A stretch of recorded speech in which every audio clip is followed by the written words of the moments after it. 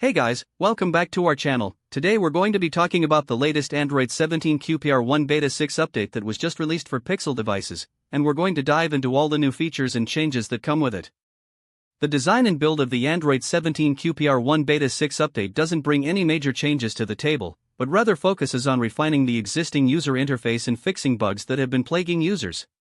In terms of specs and performance, the Android 17 QPR1 Beta 6 update promises to bring improved performance and efficiency to Pixel devices, with a number of under-the-hood changes that should result in a smoother and more responsive user experience.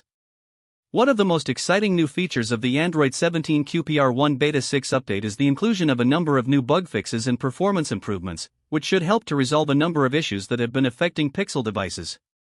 There have been a number of rumors and leaks surrounding the Android 17 QPR1 Beta 6 update, with some suggesting that it could be the final beta release before the official launch of Android 17.